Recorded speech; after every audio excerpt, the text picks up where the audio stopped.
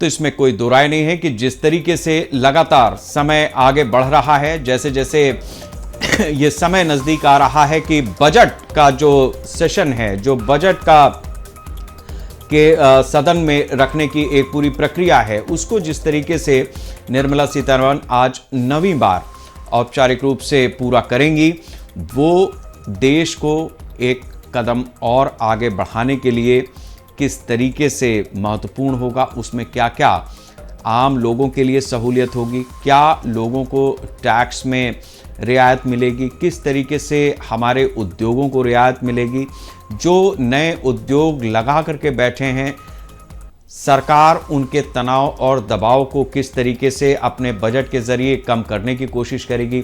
ऐसे तमाम प्रकरण हैं, ऐसे तमाम मसले हैं, मुद्दे हैं, जिसको लेकर के सरकार की ओर से अब से कुछ ही देर में वो सारे प्रावधान सामने आ जाएंगे, वो सारे तौर तरीके सामने आ जाएंगे जो आम बजट के दिन लोगों को उम्मीद के रूप में सामने से दिखाई देते हैं, जिसकी उम्मीद आम आदमी कर रहा होता है। संसद में कैबिनेट की बैठक शुरू हो चुकी है और बजट पर कैबिनेट की औपचारिक मुहर लगने की प्रक्रिया आगे बढ़ रही है। इसके बाद संसद के भीतर बजट पेश करेंगी वित्त मंत्री निर्मला सीतारमण। बजट पर कैबिनेट की औपचारिक मुहर लगेगी और उसके बाद संसद भवन में कैबिनेट की ये बैठक अभी शुरू हो चुकी है और उसके बाद और इस समय हम सीधे रुख करते हैं मनीष तिवारी का। ये बजट भी लोगों को अत्यंत खुशियां देने वाला होगा और जिस प्रकार से नरेंद्र मोदी जी की सरकार 2014 से गरीबों के लिए, महिलाओं के लिए, युवाओं के लिए, किसानों के लिए तो ये जो कार्य कर रही है उससे वो दिल मांगे मोर की स्थिति बनी रहती है और निश्चित रूप से आज भी हमारी आशा है कि देश को आज बजट मिलने के बाद बहुत खुशी होने वाली है। हम उसका इंतजार कर रहे हैं। मनोज तिवारी बता रहे हैं कि बजट का इंतजार कर रहे हैं और देश के आगे बढ़ने की उम्मीद लगातार एक के बाद एक प्रतिक्रियाओं का ये दौर चल रहा है। सरकार अपनी औपचारिकताओं को बजट पेश करने से पहले पूरा करने के लिए प्रयासरत है। विपक्ष अपने सवाल, अपने तीर, अपने बाण,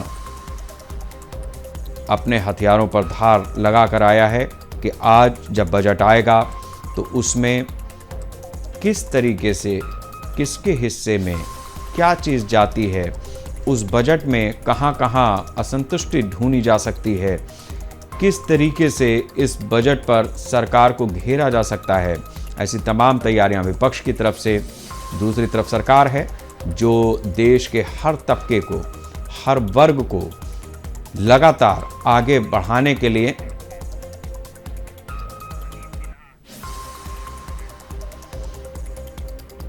कोशिश कर रही है और अब से कुछ ही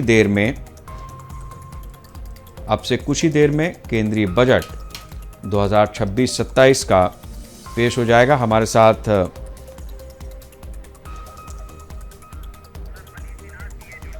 मनीष सिन्हा जी हैं, चार्टर्ड अकाउंटेंट हैं, फाइनेंशियल एक्सपर्ट के रूप में हमारे साथ जुड़े हैं।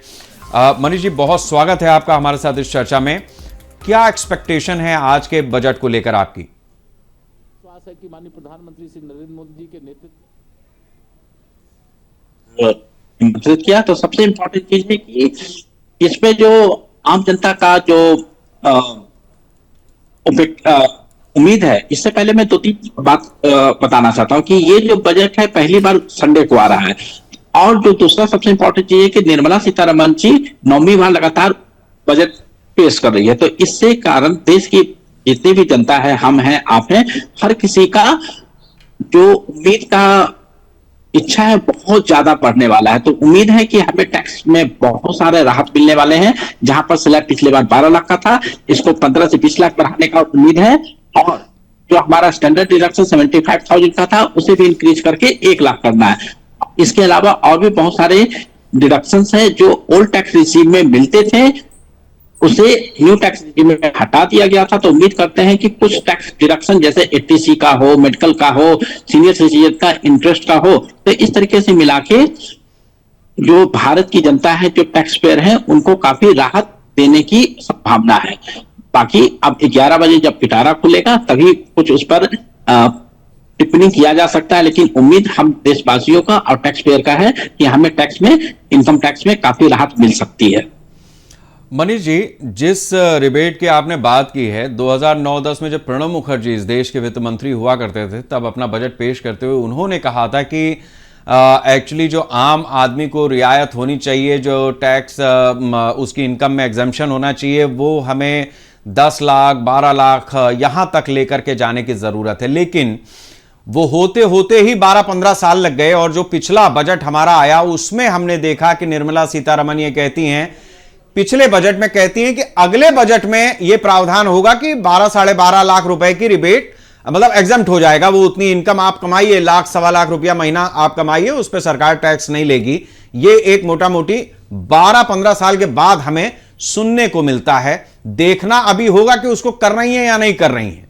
तो जहां देश में 1.5 दशक लग जाता है एक उम्मीद का पूरा ताना बाना बुनने में, उसमें आपको क्यों लग रहा है कि ये 12.5 लाख जो अभी हुआ नहीं है, मतलब होना है, वो भी घोषणा होगी, वो 15 तक पहुंच जाएगा? क्या देखिए, आपने जो सवाल उठाया शिखर जी बहुत इंपॉर्टेंट है। एक इस सवाल का जवाब देने से पहले आपको एक छोटा सा चीज बताता हूं। एक एजुकेशन अलाउंस मिलता है, बच्चे को एजुकेशन अलाउंस मिलता है 100 रुपीज का। जब से मैंने इनकम टैक्स पढ़ना शुरू किया 1999 में, तब से 100 रुपीज था और आज भी 2025 हो चुका है, आज भी चिल्ड्रन एजुकेशन अलाउंस 100 रुपीज ही मिलता है।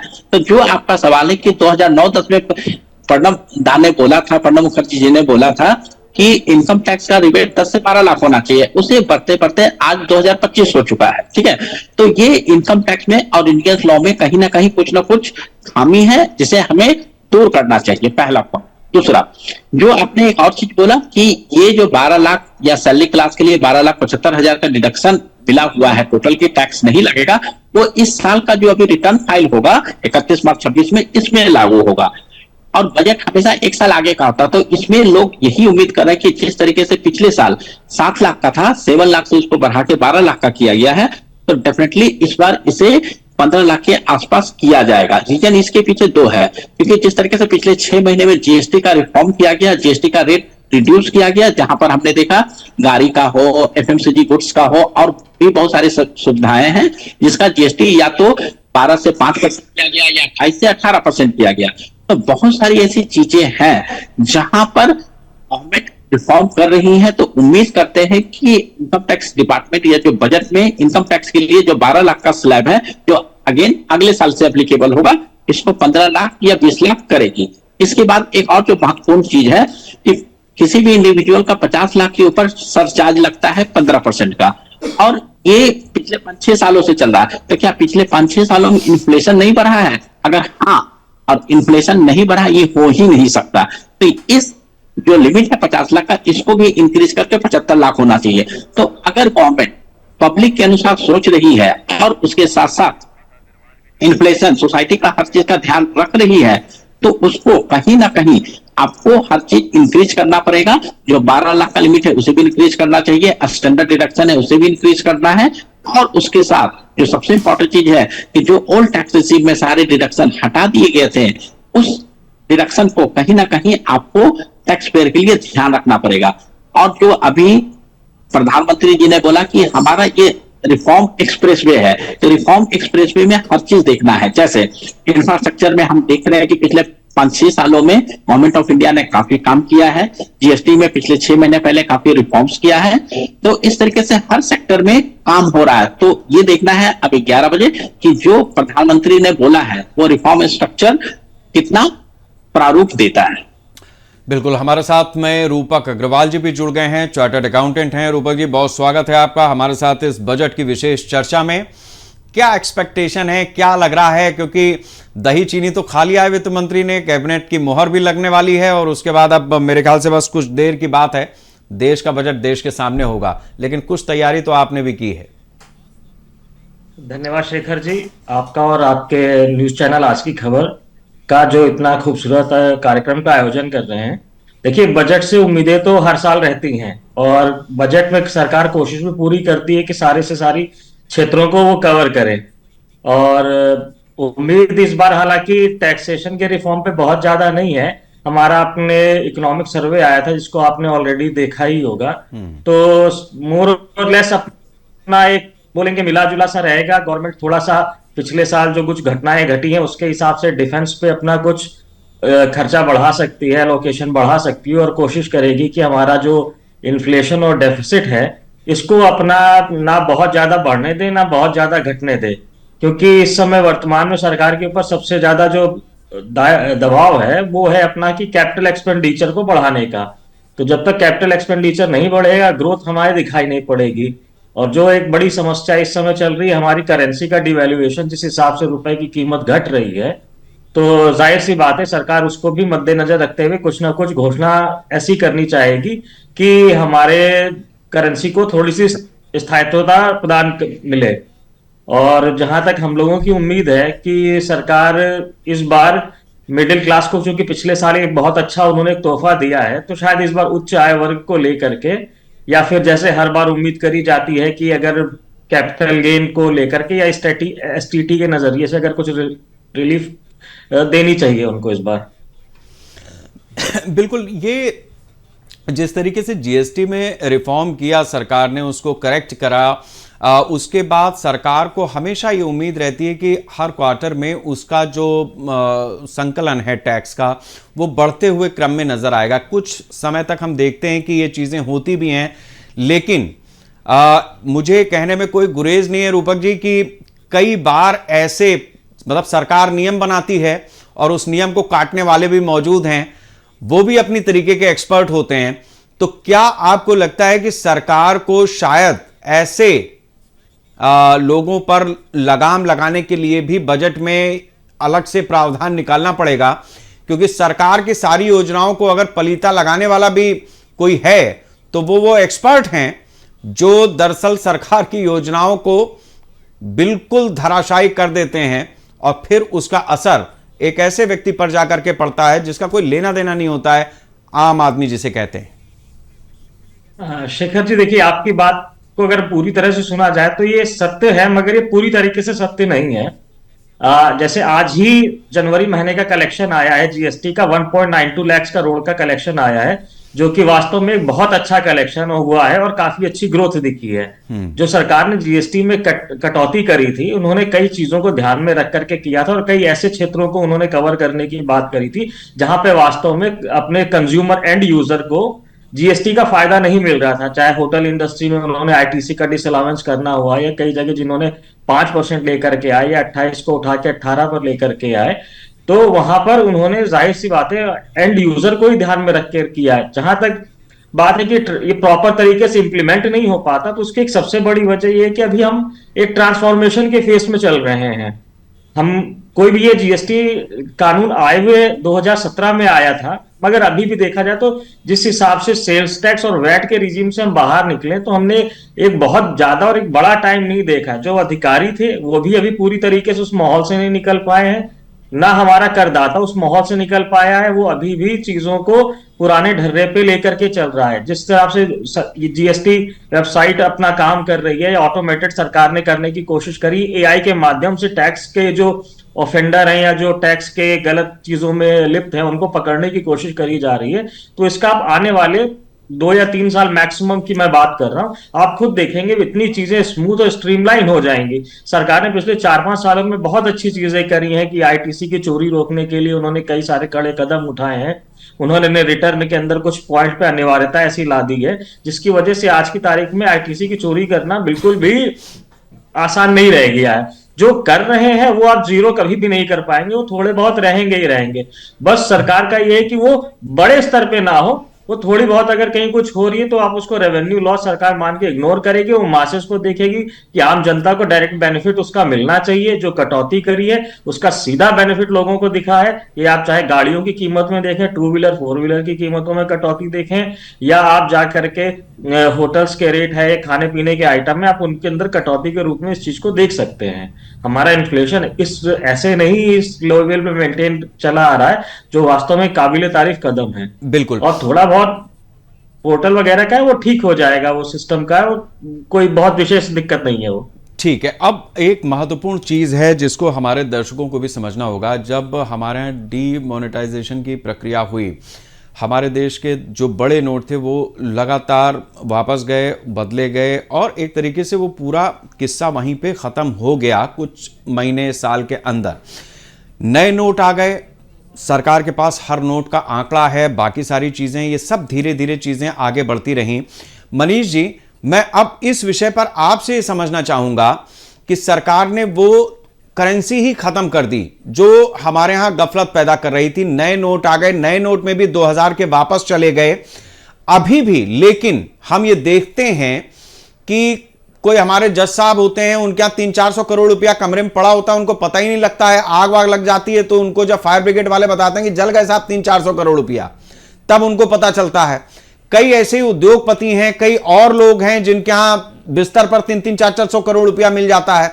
तो मैं आपसे ये समझना चाहूंगा कि हमारी सरकार हमसे जीएसटी भी ले रही है, टैक्स भी ले रही है, बैंक उसका एक बहुत करेक्ट सिस्टम है पूरी फाइनेंशियल एक्विजिशन को देखने का, उसको ट्रैक करने का, एक एक आदमी पे निगाह है। लेकिन फिर भी ये जो नोट बिस्तर में पहुंच जाते हैं या कमरों में पहुंच जाते हैं और उस पर निगाह भी नहीं जाती है, सड़ जाते हैं, दीमक खा जाती है, ये वाले कहां से आते हैं? और हमारे बजट में या जो सरकार की फाइनेंशियल तौर तरीके हैं, जो प्रावधान है, उसमें ये क्यों नहीं पकड़ में आ पाते हैं? ब्लैक मनी तैयार कैसे हो जा रही है? शेखर जी, आपका जो सवाल है इसका जवाब आपको ऐसे ही मिल जाएगा जैसे कोई व्यक्ति 50 साल का है और पिछले 50 साल में उसने गलत काम किया है, चोरी किया है या झूठ बोला है, क्या 50 साल के बाद वो सुधर जाएगा? तो वही चीज करप्शन और ब्लैक मनी जमा करने का जो हम हिंदुस्तानियों के खून में रसा बसा है वो एक दिन में खत्म नहीं होगा, चाहे आप रूल रेगुलेशन कितना भी लेके आओ। ठीक है, इसका एक छोटा सा एग्जांपल देता हूं आपको कि जब गवर्नमेंट ऑफ इंडिया ने जेम पोर्टल लाया था कि अब हम सारे टेंडर को ऑनलाइन करेंगे, तो वहीं पर एक अधिकारी ने हमसे जब बात हुई तो उसने बोला कि मनीष जी आप एक चीज बताओ, ठीक है सारा टेंडर ऑनलाइन होगा, लेकिन ऑनलाइन में जो जिस वेंडर को हमें देना है, हमें L1 L2 चूज करना, उसका बटन कौन दबाएगा? बटन दबाने के लिए तो कोई सिस्टम नहीं होगा, कोई तो कोई ऑफिसर होगा सर। तो अल्टीमेटली कहानी है कि आप सिस्टम कुछ भी लेके आओ, ब्लैक मनी को आप बंद नहीं कर सकते, क्योंकि यह हमारे खून में बसा हुआ है और इसके लोग तोड़ कहीं ना कहीं से निकाल लेते हैं। सबसे पहला चीज। सेकेंड थिंग कि जब हम इंडिविजुअल कोई सामान खरीदने जाते हैं, मान लो कि मैं घर बना रहा हूं और मैं सीमेंट खरीदने जाता हूं, मैं आता हूं आपके पास एक बड़ी खबर। इस समय कैबिनेट की बैठक खत्म हो गई है, केंद्रीय कैबिनेट से बजट को मंजूरी मिल गई है। इस समय की बड़ी खबर है, केंद्रीय कैबिनेट से बजट को मंजूरी मिल गई है। केंद्रीय कैबिनेट की बैठक अब से कुछ ही क्षणों पहले खत्म हुई है। अब ये राष्ट्रपति को बजट की प्रति सौंपने के बाद कैबिनेट की बैठक होना, बैठक में बजट को हमारे मंजूरी मिल जाना। अब इसके बाद जो प्रक्रिया है वो संसद के अंदर बजट को पेश करने की है, जो कुछ ही क्षणों में वित्त मंत्री जैसे ही सदन के भीतर पहुंचेंगे वहां पर बजट को पेश करने का काम शुरू हो जाएगा। ठीक 11 बजे का वो समय पहले से तय है। मनीष जी आप अपनी बात को पूरा करें। तो जो ब्लैक मनी जनरेट करने का प्रोसेस है वो एक दिन में खत्म नहीं होगा, क्योंकि ये पिछले 50-60 सालों से चल रहा था। हाँ, इस पर कुछ अंकुश लगा है जीएसटी आने के बाद और मतलब कि नोटबंदी होने के बाद, लेकिन ये टाइम लगेगा। अब ये आप एक चीज देखो कि आज के डेट पर हम सब्जी लेने जाते हैं तो यूपीआई से पेमेंट करते हैं, अगर हम टुक पर जाते हैं तब यूपीआई से पेमेंट करते हैं, हम गोलगप्पा खाते तब भी यूपीआई से करते हैं। तो कहीं ना कहीं सोसाइटी में ये कैश जनरेशन कम हुआ है, लेकिन कुछ लोगों के हाथ में है। जैसे आपने पॉलिटिशियन का नाम लिया, कुछ ब्यूरोक्रेट का है, बहुत सारे कुछ लोग हैं जिनके पास है, लेकिन ये अब कम हो रहा है। पहले हम भी अपने घर पे 10,000, 20,000, 25,000 रुपया कैश निकाल के रखते थे। आज की डेट पर हमारे घर में 2-4 हजार रुपया से भी ज्यादा नहीं होता, कभी कभी तो 500 रुपया भी नहीं होता। तो ये थोड़ा सा टाइम लगेगा, लेकिन जो एग्जैक्ट आप कह रहे हैं कि सोसाइटी से पूरा का पूरा ब्लैक मनी खत्म हो जाए, ये बहुत ही इम्पॉसिबल चीज है। और इसका जो शुरुआत है हमें ही आपको करना पड़ेगा। जैसे कभी हम किसी होटल में गए, सामने वाला कहता है कि सर अगर आप बिल लोगे तो 18% लगेगा, नहीं तो आप कैश में पे कर दो या यूपीआई किसी और पर कर दो, हम बिल नहीं देंगे। तो हम भी कहते हैं चलो यार 18% बचा लेते हैं, लेकिन हम ये नहीं सोच पाते कि इसके कारण वो जो बिजनेस ऑनर है या जो करप्शन में आ रहा है तो वो पैसा ब्लैक में कन्वर्ट हो रहा है। तो इस पर हम जनता को ही क्या कहता है एक्शन लेना पड़ेगा, और ताकि हम इस ब्लैक मनी को रोके। तो ये एक दिन में खत्म नहीं होगा। मैं तो कहता हूं कम से कम अगले 15 से 20 सालों में ब्लैक मनी खत्म नहीं होना। हाँ, थोड़ा कम, बिल्कुल ही खत्म हो जाए इम्पॉसिबल चीज है। इवन डेवलप कंट्री का देख लो, चाहे यूएसए हो, चाहे यूरोपियन कंट्री हो या चाइना, वो डेवलप कंट्री है, उसके बावजूद भी वहां पर ब्लैक मनी है, वहां पर करप्शन है। तो आप सिर्फ इस चीज से कनेक्ट मत करो कि इंडिया में ब्लैक मनी है तो डेवलपमेंट नहीं होगा। ब्लैक मनी है, लेकिन उसको कम किया जा रहा है, और कम धीरे धीरे होगा, एक दिन में कुछ भी नहीं होगा। ठीक है रूपक जी, एक दिन में कुछ भी नहीं होगा, लेकिन हर साल जो हमारा बजट आता है वो हमें आगे बढ़ने के लिए, हमारे अगले विजन के लिए हमें तैयार तो करता ही है। आपको लगता है कि अभी भी हमारे पूरे अर्थ के सिस्टम में, फाइनेंशियल सिस्टम में कई ऐसे छेद हैं जिस पे सरकार को शायद ज्यादा ध्यान देने की जरूरत है?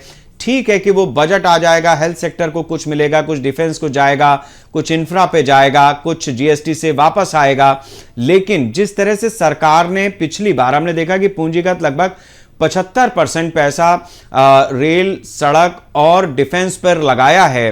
अब की बार भी कुछ वैसा ही रहेगा? क्योंकि अब तो डिफेंस में हमें लगता है कि पहले से ज्यादा जरूरत पड़ गई है। हम न्यू नॉर्मल हैं और न्यू नॉर्मल इंडिया ऑपरेशन सिंदूर जारी है। बिल्कुल ठीक बात है। देखिए, सरकार का जो ग्रोथ का तरीका रहता है वो हमेशा से कैपिटल एक्सपेंडिचर ही होता है, और सरकार का कैपिटल एक्सपेंडिचर इंफ्रास्ट्रक्चर पे ही जाता है, जिसमें आपका सड़क, रेल, रोड, ये सारी चीजें आ गई। इसके अलावा हमारा अपना डिफेंस सेक्टर भी आ गया। पर इस बार एक नया सेक्टर है जिसपे सबसे ज्यादा उम्मीद करी जा रही है, वो है हेल्थ केयर, कि सरकार इस बार हेल्थ केयर को भी काफी ध्यान देगी, और उसके साथ ही साथ डिफेंस में भी अपना एलोकेशन 80,000 करोड़ तक बढ़ा के ले जाने की उम्मीद है, जो कि शायद हाईएस्ट होगा अभी तक के जितने भी बजट आए हुए हैं। तो जाहिर सी बात है वो ऑपरेशन सिंदूर के मद्देनजर ही किया जा रहा है, पर ये भी एक जरूरी है। और रही बात रेलवे की और इंफ्रा की, जो पिछले बार उन्होंने कमी करी थी, उम्मीद है कि सरकार उसको और घटाएगी नहीं, मगर उतना तो मेंटेन करके चलेगी। अदरवाइज फिर इसका बेनिफिट बाकी जनता तक आसानी से पहुंच नहीं पाएगा। तो सरकार पिछले बार भी उन्होंने ओवरऑल कैपिटल एक्सपेंडिचर में जो बढ़त करी थी, इस बार भी वो बढ़त करने की हम लोग पूरी उम्मीद लेके चल रहे हैं। बिल्कुल। अब मनीष जी, एक चीज और है, जब बजट आता है तो लोगों को जो रेल है, खासतौर से उसके किराए को लेकर के बड़ा एक मन में कौतूहल रहता है। वैसे तो हमारे प्रधानमंत्री ये भी कह चुके हैं कि अब हवाई चप्पल पहनने वाला हवाई जहाज में सफर कर सकता है, लेकिन हम ये देखते हैं कि जब त्योहार का टाइम आता है या कोई महत्वपूर्ण मौका होता है तो 5,000 रुपए का टिकट 50,000 रुपए तक पहुंच जाए तो आश्चर्य नहीं होता, और वो हवाई जहाज का नहीं, ट्रेन का भी होता है। तो ऐसे में आपको लगता है कि यहां पर एक कैपिंग की जरूरत है, और खास तौर से जैसे कुछ दिन पहले इंडिगो ने कलाकारी की थी, उस तरीके की चीजों को ध्यान में रखते हुए तो शायद सरकार को इस बजट में कुछ और भी गुंजाइशें निकालनी पड़ेंगी। या आपने बहुत महत्वपूर्ण मुद्दा उठाया शेखर जी, क्योंकि जिस तरीके से हमने पिछले 2 महीने में हमने देखा कि इंडिगो ने किस तरीके से गवर्नमेंट ऑफ इंडिया को ब्लैकमेल किया। सिचुएशन कुछ भी हुई, लेकिन उसमें सबसे ज्यादा प्रॉब्लम किसे फील हुआ? हम और आप, जो पब्लिक है। जहां पर टिकट 5 से 6,000 का था, वो सीधे 70,000, 80,000, 50,000 तक का आया। आज भी जब आप राजधानी का टिकट लेते हो तो वो धीरे धीरे बढ़ते जाता है। शुरुआत में 2,000 का होता है, फिर 2,200, 2,500, 3,000, 3,500 का होता है। लेकिन बजट पर इस पर रिलेटेड कुछ भी नहीं आएगा, मैं इस पर 100% श्योर हूं, क्योंकि ये जो मुद्दा है ये कंप्लायंस का और गवर्नेंस का मुद्दा है। अगर ऐसा करना होता तो जब इंडिगो ने इस तरीके से मोनोपोली किया या प्रॉब्लम क्रिएट किया, चाहे इंटेंशनली प्रॉब्लम क्रिएट किया हो या गलती से हुआ, इसके बावजूद क्या गवर्नमेंट ने इंडिगो के मैनेजमेंट पर कोई एक्शन लिया? कुछ नहीं लिया। हाँ, उसने कुछ 220 करोड़ के आसपास का कुछ पेनल्टी लगाया, लेकिन वो पेनल्टी अभी भी इंडिगो ने पे नहीं किया है। तो जितने भी इंडिया के बिजनेस ऑनर्स है या बिजनेसमैन है, तो ये लगता है कि अगर हम कोई गलती करेंगे तो हमें इस पर कुछ पेनल्टी दिया जाएगा या वार्निंग दिया जाएगा, और कुछ पैसा देके या फिर कुछ मिली भगत करके उससे से बाहर निकल जाएंगे। बिल्कुल तो ये चीज बिल्कुल बहुत बहुत शुक्रिया क्या है ना? मनीष जी, आपका भी और रूपक जी आपका भी हमारे साथ इस चर्चा में शामिल होने के लिए। इसमें कोई दो राय नहीं है कि हमारे देश में एक तरफ नियम बनता है, दूसरी तरफ नियम तोड़ने का तरीका बनता है, और इन सारी चीजों को मिला जुला करके एक नया बजट हर साल की तरह इस बार भी सामने रख दिया जाएगा देश के। बड़ी चीज यह है, महत्वपूर्ण चीज यह है कि हमारे देश की सरकार जिस तरीके से इस देश को लेकर के आगे बढ़ना चाहती है, उसमें इस 140 करोड़ वाले देश में एक एक आदमी की जिम्मेदारी बनती है कि अगर देश बढ़ेगा तो वो भी बढ़ेगा, वरना किसी दिन होगा ये कि सरकार अपनी तरह से जब रस्सी कसेगी तो आप किसी सलाखों के पीछे भी हो सकते हैं। खास तौर से जो आर्थिक अपराध है उसको लेकर के जिस तरीके की गतिविधियां इस समय हमारे देश में दिखाई दे रही हैं, हम उम्मीद कर सकते हैं कि बजट में शायद उस चीज को भी कहीं ना कहीं सरकार लेकर के सामने आएगी। एआई पे कितना जोर रहेगा, इस चीज को भी हम देखेंगे एक छोटे से ब्रेक के बाद।